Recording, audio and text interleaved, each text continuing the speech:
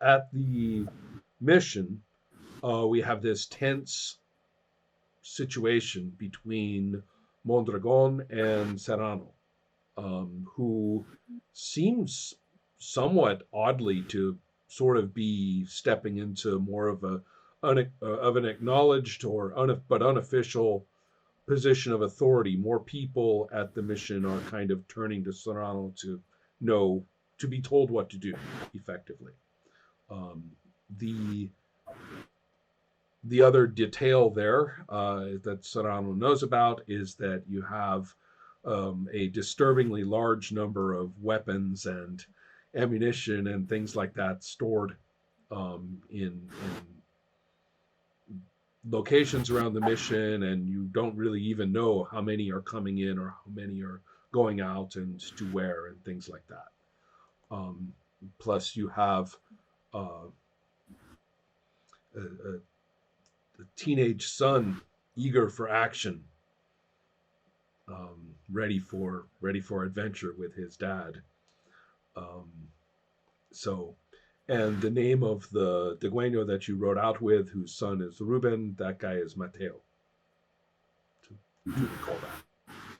Um, and as far as you know, Las Cruces, the Capitan, is making good on his promise to go and relax in luxury and fine conversation with the rich people of San Diego, and to have nothing to do whatsoever with any of the crap that the army is supposed to be doing.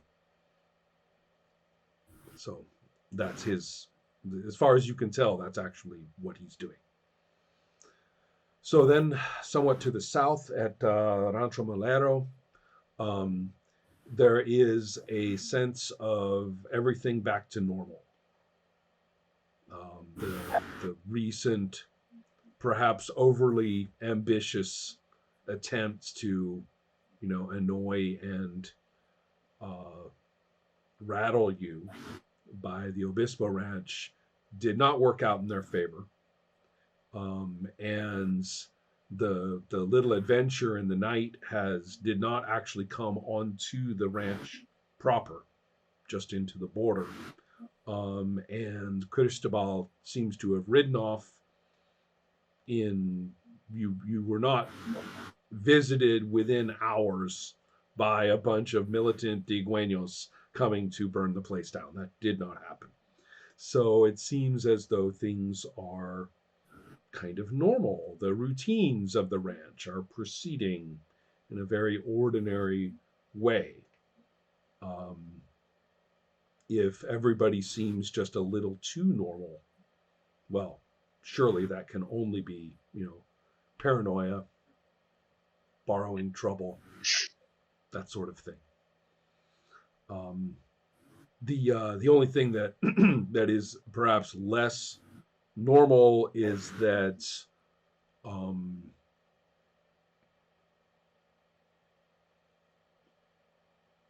the usual interactions among the ranches, particularly the exchange of specific goods from people who actually make the most of them to people who make the least of them in all the different directions, which is an ongoing, ordinary part of life, I think, um, seems to have been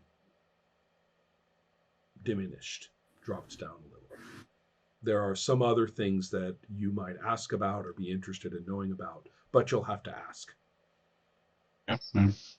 And then for the mission situation, um, it's it's a little more. I mean, San Diego, the township or the community area, um, has not taken well to the soldiers that Las Cruces has brought with him. There have already been incidents, and the soldiers are widely regarded as a bunch of louts who, are causing much more trouble than they solved, and there seems to be some sort of problem with the army that you would have to find out about through talking to people or using some kind of way to figure it out. But there seems to be some sort of problem. The army did not seem to get properly housed. The you're not in the circles that would automatically know why. But something structural seems to be wrong, deeply wrong. We even have things like, a group of soldiers will simply take over one of a building or a series of dwellings, and force everybody there to feed them and basically do what they say. And nobody seems to be doing anything about that. So the rumors around are a little strange. The army is definitely not behaving as promised. So that is the state of affairs. And at this point for Serrano, I suggest that the only input I will specifically give you is that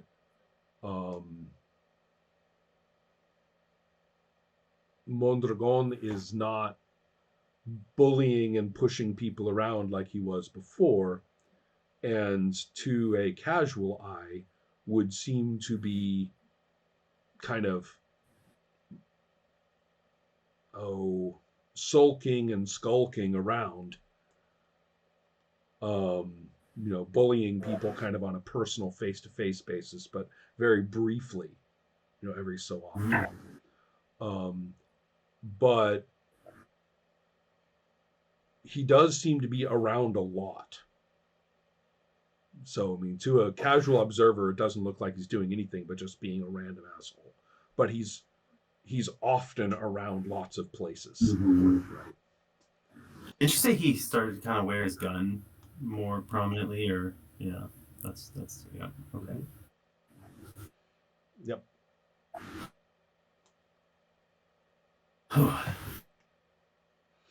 So I'm kind of curious as to what either of you is going to do in a proactive manner. Yeah, do you want to start, Hans, or should I? If you have something, go. I've been thinking about it for a while, and it's a situation. So if you have something in mind. Yeah, maybe. I'm first a few questions so I get everything right. There was a meeting in San Diego planned and the Obispos was going to attend to that, right? And and that was between some business owner in the north to arrange for some affairs. Yeah. Well, and that's the whole reason the Obispos is trying to take over ranches around, right? All this is correct. Yeah, excellent. Because one of the things I think I want to do when I hear about this meeting is to pull together some of the people on the ranch, especially those I can trust. And I think I will include my wife Luna in this as well. And also in my head, the Malero Ranch is pretty small in comparison to the. Agreed. It's not it's not the smallest or tiniest of all the ranches, but it is comparable size with the smaller. Yeah, exactly. The smaller ones. So, right. Yeah, exactly. So what I want to do is arrange for us to meet up with the smaller ranches around, especially those around the Malero Ranch and those around the Obispo Ranch, and try to organize ourselves and just first of all just see how have they got an offer from the Obispos, and also have they answered the proposition from them, and if they are willing, I try to organize something to visit this meeting and make a counteroffer for this business owner for them from. Oh, I see. Okay. Well, I understand what you're talking about in terms of an abstract plan, but this is very abstract in my head. So therefore, the question is, what's your first physical move in terms of character behavior?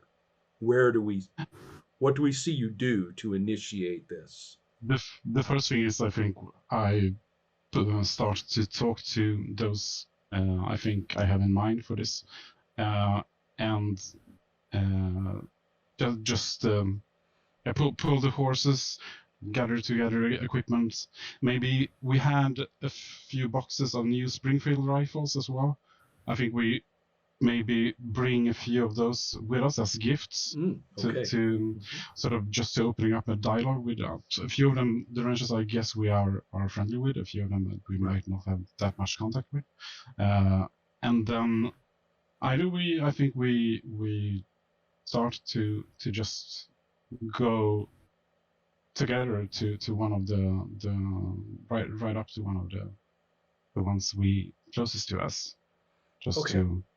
So in that case, we should probably begin at one of these other ranches, and Yeah, exactly. And the hospitality you receive is very similar to that which you gave Obispo in the beginning. Yeah.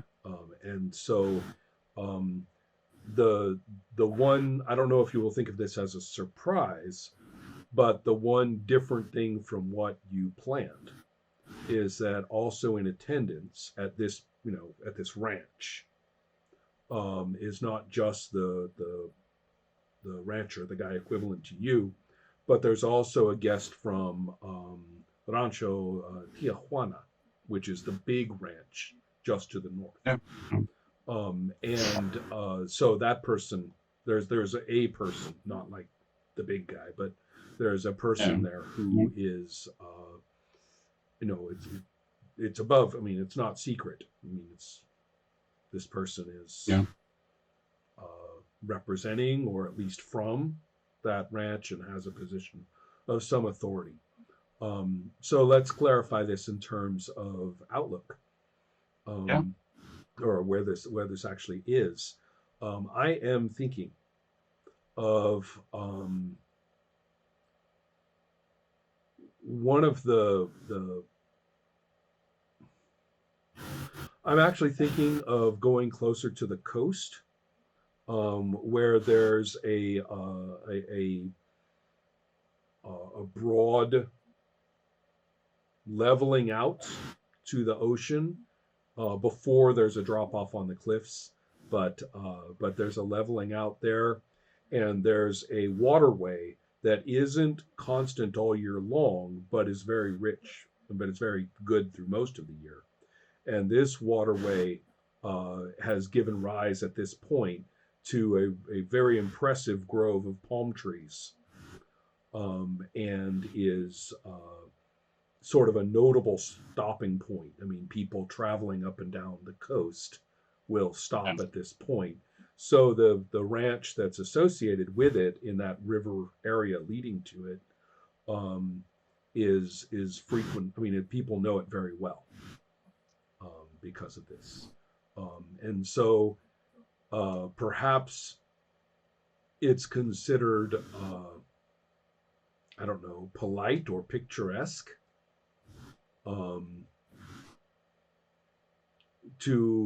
as this kind of a leisurely thing to do, is to actually ride out to that grove of palm trees, and then there people will take care of the horses and unpack some things, and the three of you and others who are accompanying you can go down a wooden set of stairs down this cliff, like with rails and platforms, and you can actually get onto the rocky beach, and there is this amazing Pacific, spread out in front of you, as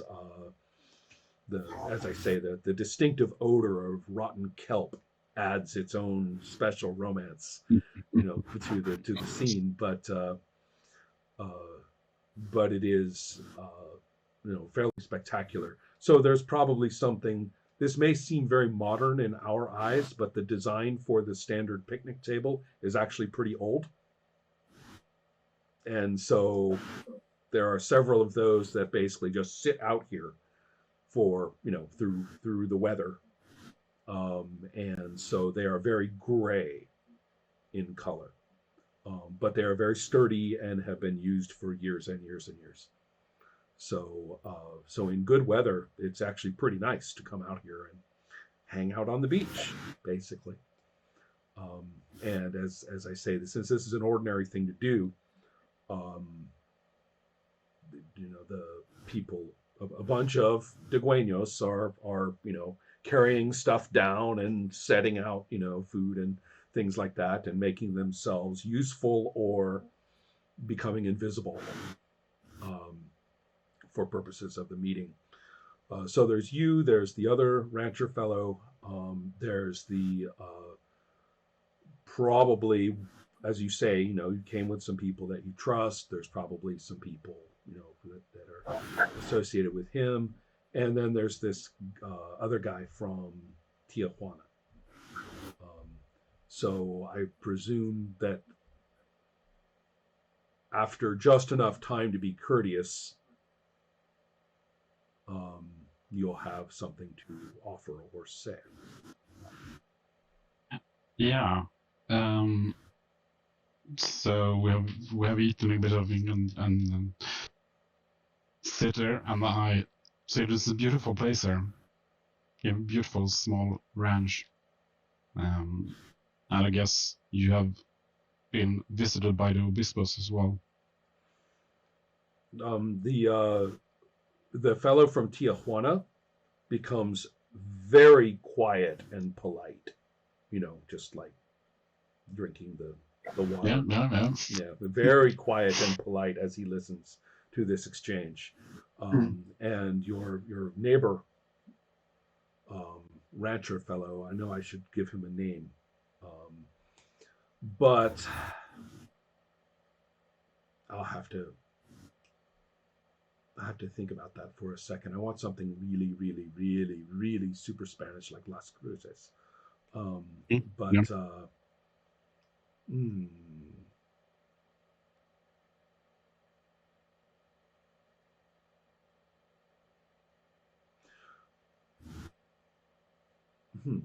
no worries to fill in the blanks later. I'm either coming up with something stupid or I think it's brilliant, and then I'll kick myself later. So give me a moment. Yeah. So anyway, yeah, his response is we certainly have, and it's a pretty good deal. I'm pretty sure you're considering it as well. Of course. For me, the chance to move up north, maybe even to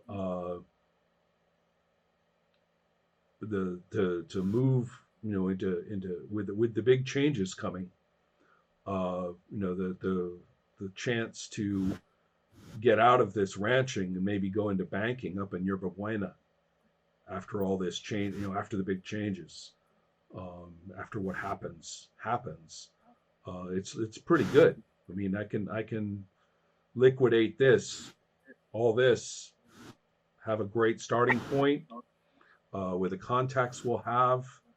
In fact, I'm glad you came. I mean, you're pretty sharp. I mean, you're. I don't really trust the Obispos at all, but maybe you and I could make a go of it. Once if I'm planning to move all the way up there. I don't know if you want to, but if you do, you and I could probably be in on the ground floor of the banking for the whole harbor, the whole Yerba Buena harbor. I mean, it's unbelievable. I'm nodding along to this and abandon all this. Is that what he kind of shrugs and says, I don't think that I really. He's a little older than you, by the way. Okay, just to start to get a better idea of this guy. He's a little bit older than you. He says, I've still got plenty of years left, and I don't want my family growing up in the middle of a war zone Um, San Diego was almost burnt to the ground a few years ago, and it's only a matter of time before it happens again. Um, and what the hell do I care about all the esclavados, right? What do I care about all the what do I care about all the peones? Um, okay, so they fought a revolution, hooray, hooray, okay, we're all Mexican now. That's fantastic. But what does it mean for what good has it done me?